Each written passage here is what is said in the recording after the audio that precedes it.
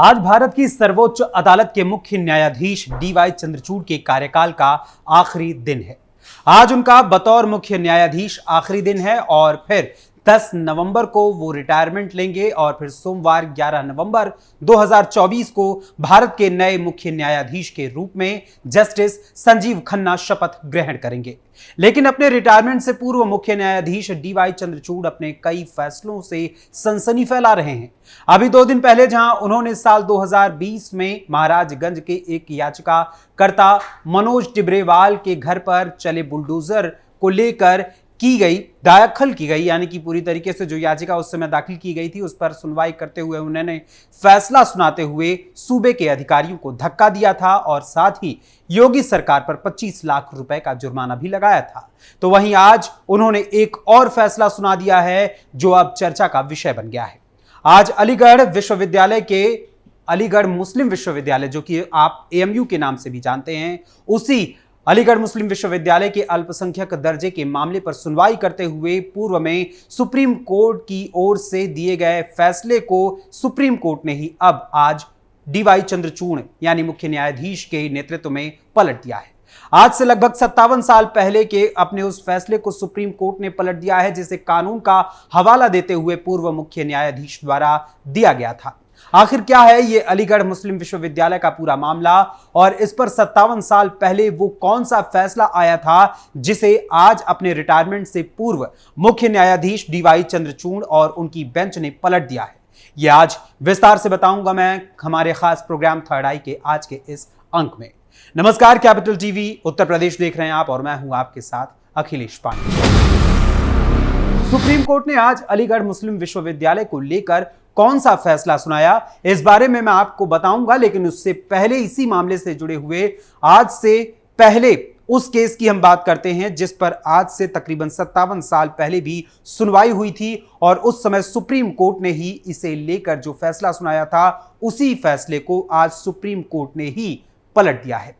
दरअसल बात है आज से 57 बरस पहले यानी साल 1967 की, जब अलीगढ़ मुस्लिम यूनिवर्सिटी को अल्पसंख्यक का दर्जा देने को लेकर एस अजीज बादशाह बनाम भारत संघ मामले में सर्वोच्च न्यायालय की 5 न्यायाधीशों की संविधान पीठ ने सुनवाई की थी और इस सुनवाई के दौरान उस समय अपना फैसला सुनाते हुए सुप्रीम कोर्ट ने कहा था कि चूंकि एएमयू यानी अलीगढ़ मुस्लिम यूनिवर्सिटी एक केंद्रीय विश्वविद्यालय था इसलिए इसे अल्पसंख्यक संस्थान नहीं माना जा सकता।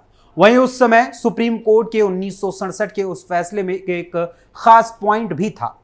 वो खास पॉइंट ये था कि एएमयू की स्थापना एक केंद्रीय अधिनियम के माध्यम से की गई थी जिससे इसकी डिग्री की सरकारी मान्यता सुनिश्चित की जा सके और ये दर्शाता है कि ये अधिनियम केवल मुस्लिम अल्पसंख्यक के प्रयासों का परिणाम या संकलन नहीं था।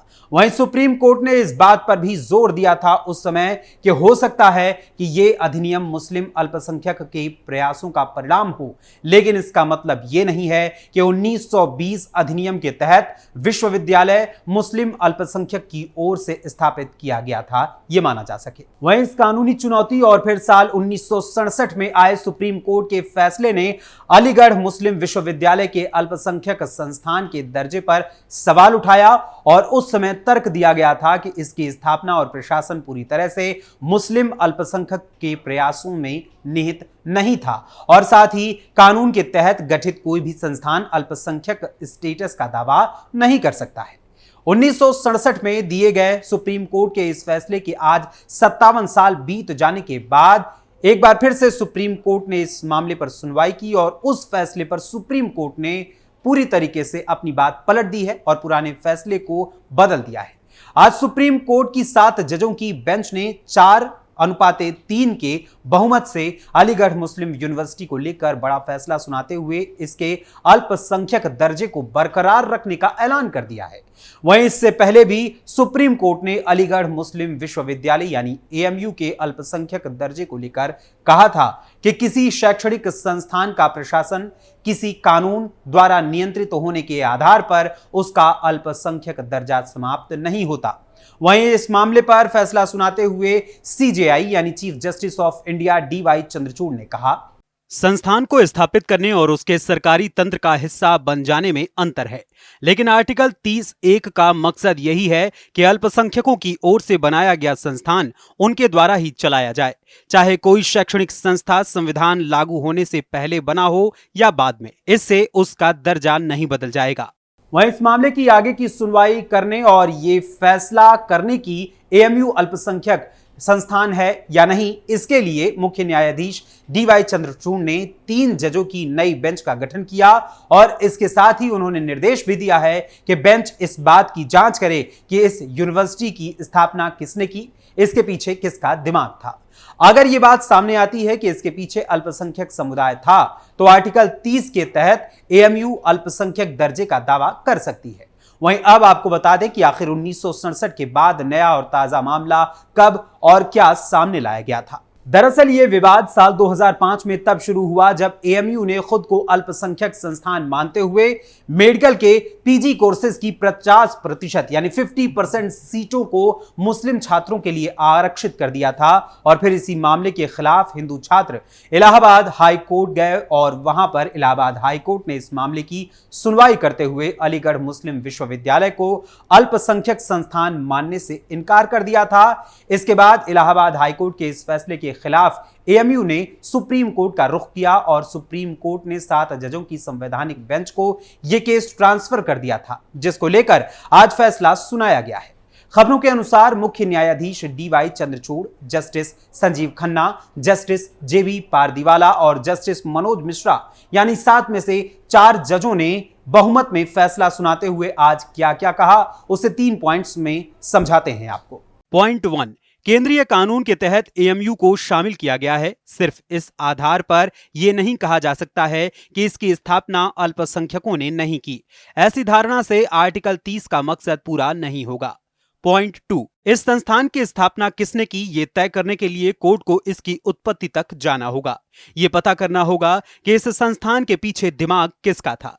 यह देखना होगा कि जमीन के लिए फंडिंग किसने की थी और क्या अल्पसंख्यक समुदाय ने मदद की थी। पॉइंट 3, ये जरूरी नहीं कि संस्थान की स्थापना सिर्फ अल्पसंख्यक समुदाय की मदद के लिए हुई। ये साबित करना भी जरूरी नहीं कि इसके प्रशासन में अल्पसंख्यक समुदाय के लोगों ने किया। अल्पसंख्यक संस्थान भी धर्मनिरपेक्ष शिक्षा पर जोर दे सकते हैं।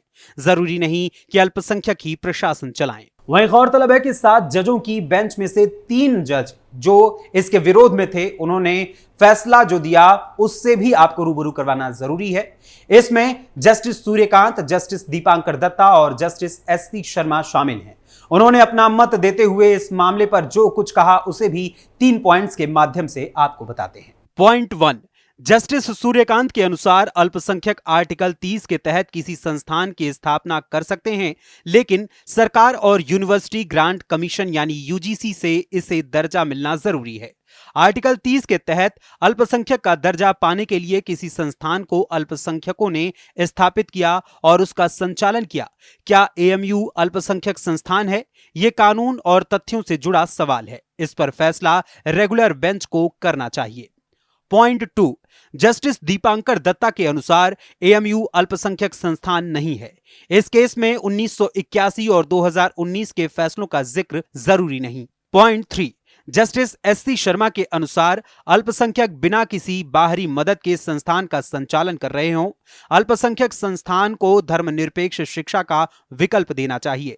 स्थापना अल्पसंख्यकों ने की, यह साबित करना चाहिए। प्रशासन का हर फैसला अल्पसंख्यकों के हाथ में होना चाहिए। गौरतलब है कि इस मामले पर सुनवाई करते हुए आज जो फैसला दिया गया उसके अनुसार संविधान की नियमावलियों पर सवाल भी खड़े होते हैं और साथ ही इस फैसले के खिलाफ दिए गए 3 जजों के तर्कों को भी किनारे करना भी काफी अहम है और उस पर भी सवाल उठता है।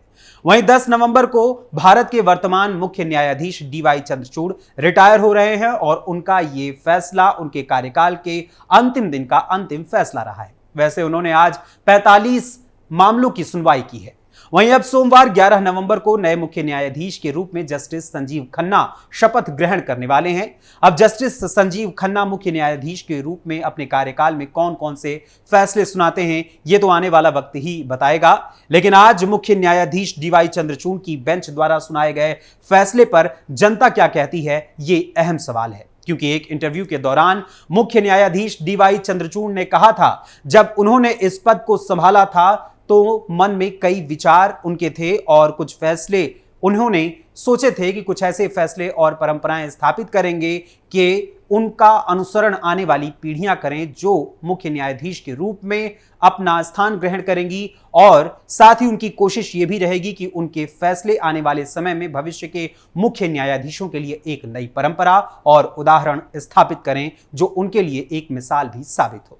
अब आज अलीगढ़ मुस्लिम विश्वविद्यालय को लेकर दिए गए फैसले को लेकर आप सभी को क्या लगता है कि क्या वाकई में मुख्य न्यायाधीश डीवाई चंद्रचूड़ अपने उस उद्देश्य में सफल हो पाए, या फिर उनके ये फैसले जनता की अदालत में आज और कल भी सवालों के कटघरे में खड़े ही रहेंगे?